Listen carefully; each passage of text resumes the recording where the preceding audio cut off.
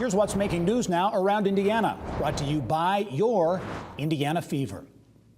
Well, the $6 billion merger of Evansville-based Vectren Corporation and CenterPoint Energy in Texas has cleared a key hurdle. The Federal Trade Commission has granted early termination of the waiting period required under the Hart-Scott-Rodino Act. Fort Wayne-based Steel Dynamics has completed its $400 million acquisition of Heartland Steel Processing in Terre Haute.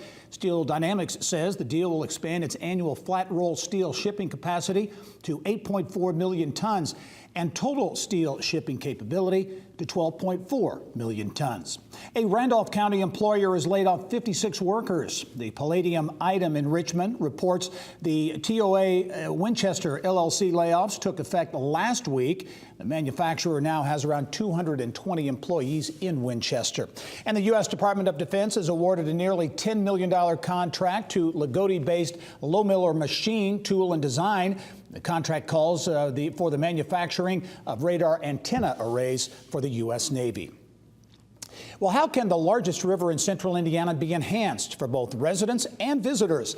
The White River Vision Plan aims to create a roadmap for an accessible recreational and cultural environment that encourages a unique sense of place for the community. For more on this year-long project that is kicking off in its first set of public meetings, let's turn now to Indianapolis Department of Metropolitan Development Director Emily Mack and Hamilton County Tourism President and CEO Brenda Myers. And ladies, welcome to the program. Thank you. Good to be here. We'll start with you, Emily. This year-long study, development and using the White River in a more efficient way has been talked about for a long time. What prompted this, though? Now you advanced to where you're really going to look at it. What really prompted it? I think it's decades in the making, if not even a century in the making. In Indianapolis, we're really fortunate to have George Kessler's Parks and Boulevard plan that really envisioned this connected system along our waterways. Fast forward 100 years later, and unfortunately, we've done a really good job of turning our back on the river, and now is our time to embrace it. Citizens Energy Group is doing their big Dig Indy project, and that makes opportunities for the river and how we engage and utilize the river our time, right? Yep. And we can do that. And then there has been numerous plans, both with the city and Hamilton County and Visit Indy, that have all been completed recently, and they all involve the river. City of Indianapolis, Hamilton County Tourism, and the philanthropic arm of Visit Indy all involved here. Brenda, this is nearly a 60-mile stretch of the White River, so it truly is a central Indiana project. It really is. And if you look at the assets and community parks that are along that river, they're opportunity nodes for economic development and tourism asset development.